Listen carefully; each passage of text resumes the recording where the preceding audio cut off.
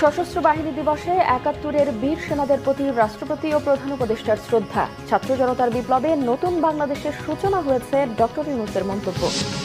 বিকেলে সেনাকুঞ্জে যাচ্ছেন খালেদা জিয়া, যোগ দেবেন সশস্ত্র বাহিনী দিবসের সম্বর্ধনা অনুষ্ঠানে।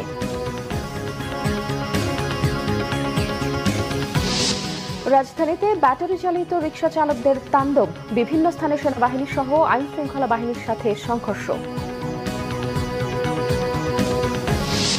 রাজাপুরে বিতর্কিত সাবেক এমপি ব্যারিস্টার শাহজাহান ওমরের উপর হামলা, আটক করে থানায় নিয়ে গেছে পুলিশ।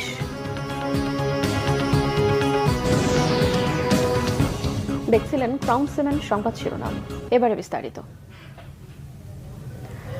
প্রধান উপদেষ্টা ডক্টর মোহাম্মদ ইউনূস বলেছেন, ছাত্র জনতার বিপ্লবের মধ্য দিয়ে নতুন বাংলাদেশের সূচনা হয়েছে। নতুন দেশের সব মানুষকে এক বৃহত্তর পরিবারের বন্ধনে আবদ্ধ করাই সরকারের লক্ষ্য।